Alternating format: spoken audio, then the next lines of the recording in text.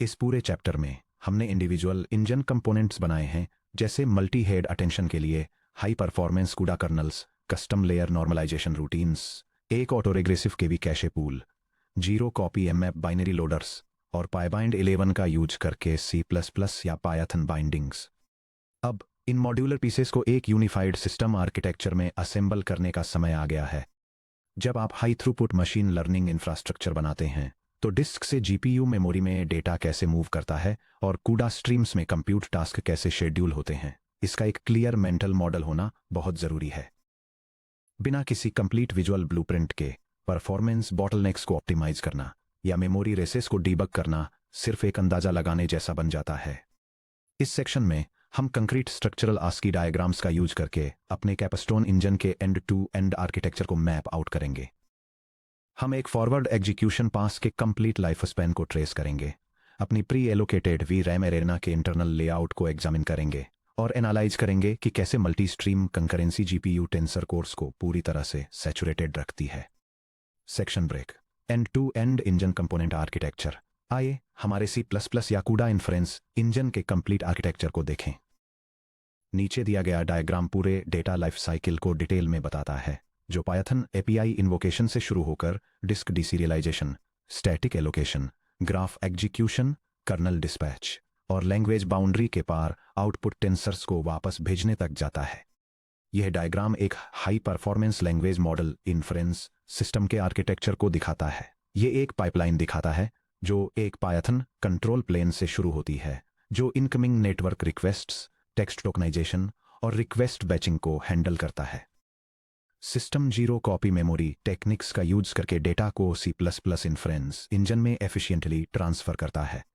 C++ core के अंदर engine model weights को सीधे वीडियो मेमोरी में लोड करता है, एग्जीक्यूशन स्टेप्स को शेड्यूल करता है और मेमोरी एलोकेशन को मैनेज करता है। एक्चुअल मॉडल कंप्यूटेशन को ऑप्टिमाइज्ड पैरेलल स्ट्रीम्स का यूज करके एक ग्राफिक्स कार्ड में डिस्पैच किया जाता है, जो एसिंक्रोनस मेमोरी अपडेट्स के साथ अटेंशन, मैट्रिक्स मल्टीप्लिकेशन और टोकन सैंपलिंग जैसे ऑपरेशंस को हैंडल करते हैं। फाइनली सिस्टम आउटपुट टोकन्स को वापस टेक्स्ट में डिकोड करता है और रिस्पॉन्स को वापस क्लाइंट को स्ट्रीम करता है।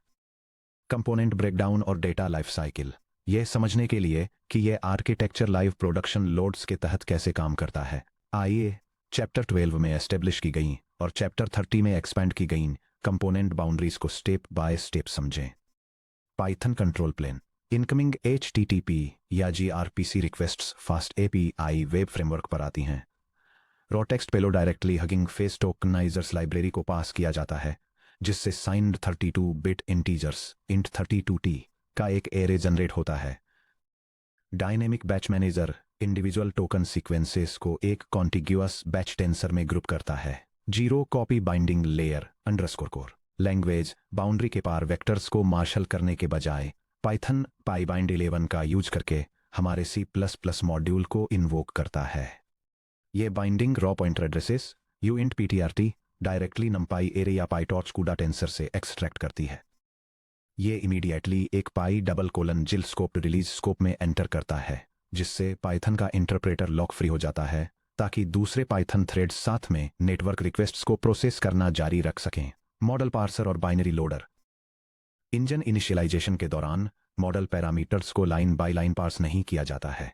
इसके बजाय mmap सिस्टम कॉल हमारी ऑफलाइन मॉडल .bin फाइल को सीधे होस्ट के वर्चुअल मेमोरी सिस्टम में मैप कर देता है।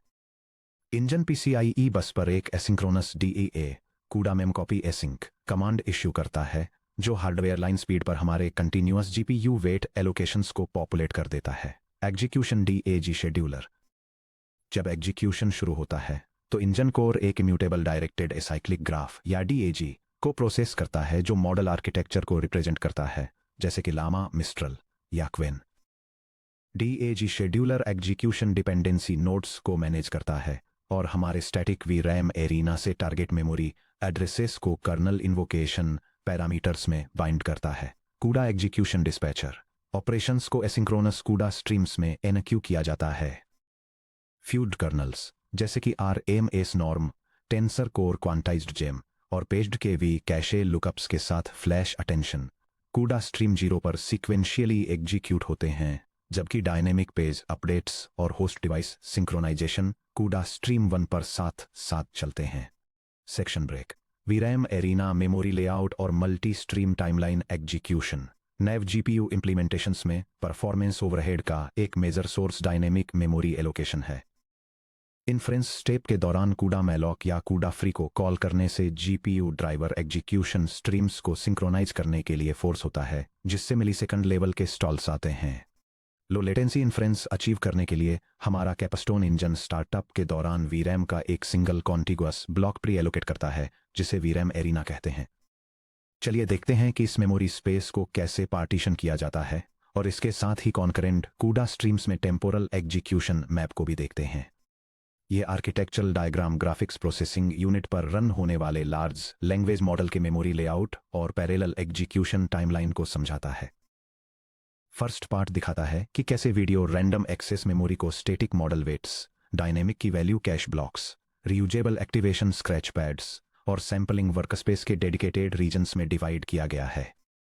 Second part asynchronous execution flow को दिखाता है, जहां सेंट्रल प्रोसेसिंग यूनिट इनपुट्स को टोकनाइज करती है और कमांड्स डिस्पैच करती है, जबकि 2 separate graphics card streams parallel में रन होती हैं, जिनमें से 1 स्ट्रीम नॉर्मलाइजेशन और अटेंशन जैसे कंप्यूट हेवी कर्नल्स को हैंडल करती है। वहीं दूसरी स्ट्रीम हार्डवेयर एफिशिएंसी को मैक्सिमाइज करने के लिए मेमोरी ट्रांसफर्स और कैश प्रीफेचिंग को साथ ही साथ मैनेज करती है। मेमोरी एरिना और एग्जीक्यूशन टाइमलाइन को डिकंस्ट्रक्ट करना। डायग्राम 2A यानी स्पेशियल मेमोरी पार्टीशनिंग और डायग्राम 2 यानी टेम्पोरल एग्जीक्यूशन शेड्यूलिंग के बीच की सिनर्जी को समझने से यह क्लेरिफाई करने में मदद मिलती है कि हमारा इंजन मैक्सिमम हार्डवेयर यूटिलाइजेशन कैसे अचीव करता है। 1. Spatial partitioning of VRAM diagram 2A। System boot के दौरान हमारा स्टैटिक एरिना एलोकेटर एक single CUDA malloc call issue करता है, जो पूरे एलोकेटेड वीरैम टारगेट को कवर करता है, जैसे कि NVIDIA RTX 4090 या A100 पर 32 GB। इसके बाद इंजन इस एड्रेस स्पेस को अलग अलग फंक्शनल ऑफसेट्स में पार्टीशन करता है। मॉडल पैरामीटर वेट्स, इन्हें जीरो कॉपी एमएप के जरिए सीधे लोअर मेमोरी रीजन में एक बार लोड किया जाता है। ये मेमोरी स्पेस रनटाइम एग्जीक्यूशन के दौरान पूरी तरह से रीड ओनली रहता है। पेज्ड केवी कैशे ब्लॉक पूल। चैप्टर 28 के मेमोरी वर्चुअलाइजेशन प्रिंसिपल्स को अपनाते हुए इस मेमोरी रीजन को fixed size physical memory tiles में पार्टीशन किया जाता है, जैसे कि 16 टोकन्स पर ब्लॉक। जैसे जैसे जनरेशन के दौरान सीक्वेंसेस एक्सपैंड होते हैं, शेड्यूलर बिना कॉन्टिगुअस मेमोरी स्पैन्स की जरूरत के डायनेमिकली पेज इंडिसेस एलोकेट करता है। Intermediate activation scratch pad. 32 या 80 ट्रांसफॉर्मर लेयर्स में इंटरमीडिएट एक्टिवेशंस के लिए फ्रेश वीरैम एलोकेट करने के बजाय हम एक पिंग पोंग वर्कस्पेस का यूज करते हैं। लेयर एन स्क्रैच बफर ए को इनपुट की तरह यूज करके अपना आउटपुट स्क्रैच बफर बी में लिखती है। लेयर N+1 इन पॉइंटर्स को स्वैप कर देती है, जिससे वह स्क्रैच बफर बी से रीड करती है और वापस स्क्रैच बफर ए में लिखती है। इससे डेप्थ चाहे जो भी हो, हमारा एक्टिवेशन फुटप्रिंट छोटा रहता है। टेम्पोरल कंकरेंसी अक्रॉस कूडा स्ट्रीम्स डायग्राम 2B। जैसा कि चैप्टर 25 में कवर किया गया है, कूडा स्ट्रीम्स कंप्यूट ऑपरेशंस और मेमोरी ट्रांसफर्स को जीपीयू हार्डवेयर पर कंकरेंटली एग्जीक्यूट होने की परमिशन देती हैं। CUDA स्ट्रीम 0 ब्रैकेट में the compute engine bracket close यह प्राइमरी एग्जीक्यूशन पाथ की तरह काम करता है। कंप्यूट बाउंड ऑपरेशंस जैसे कि tensor core matrix multiplications bracket में cuBLAS LT matmul bracket close, fused custom kernels और फ्लैश अटेंशन एग्जीक्यूशन यहां सीक्वेंशियली कतार में लगाए जाते हैं।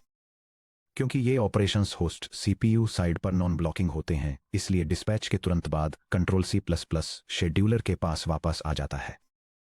CUDA स्ट्रीम 1 ब्रैकेट में the asynchronous memory engine bracket close जब CUDA स्ट्रीम 0 लेयर N के लिए लीनियर प्रोजेक्शन कर्नल्स चलाता है, तो स्ट्रीम 1 पैरेलल में डायनेमिक पेज टेबल मैप्स को अपडेट करता है और आने वाले सीक्वेंसेस के लिए केवी कैशे मेटाडेटा ट्रांसफर करता है।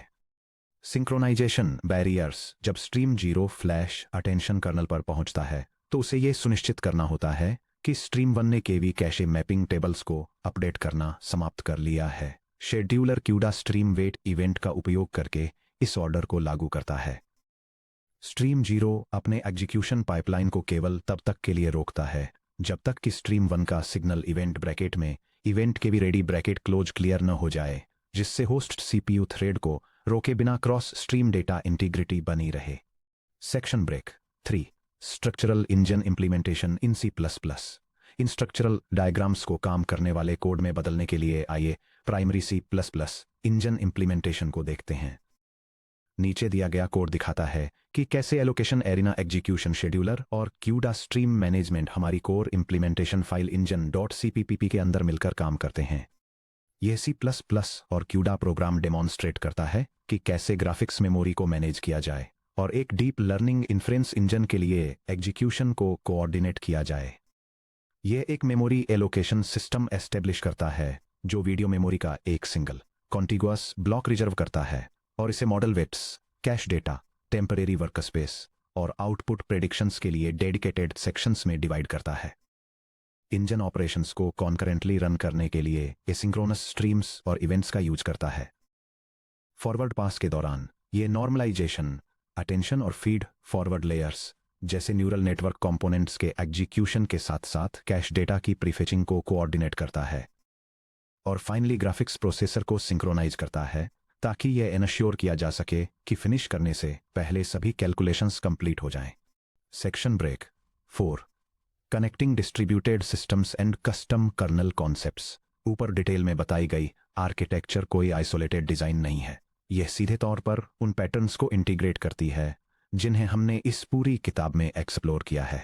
Chapter 12 modular engines complete engine ने बिजनेस ऑर्केस्ट्रेशन लॉजिक को हार्डवेयर कंप्यूट प्रिमिटिव से डीकपल कर दिया है। C++ एग्जीक्यूशन कॉन्टेक्स्ट पैटर्न इस बाउंड्री को एनफोर्स करता है, एक ओपेक स्टेट होल्डर की तरह काम करके जिसे कर्नेल इन्वोकेशन कॉल्स में नीचे पास किया जाता है। Chapter 25 stream synchronisation, stream 0 heavy linear matrix compute operations और stream 1 asynchronous K V page prefetching के बीच concurrent overlap fine grained CUDA events, CUDA event record और कूडा स्ट्रीम वेट इवेंट पर रिलाई करता है। यह सेटअप होस्ट थ्रेड स्टॉल्स को minimise करता है जिससे यह श्योर होता है कि जीपीयू पाइपलाइन एक्टिव रहे। Chapter 32 distributed scaling. हालांकि हमारा सिस्टम डायग्राम एक सिंगल लोकल जीपीयू नोड पर एग्जीक्यूशन दिखाता है, लेकिन एग्जीक्यूशन DAG शेड्यूलर को मल्टी जीपीयू स्केलिंग के लिए डिजाइन किया गया है।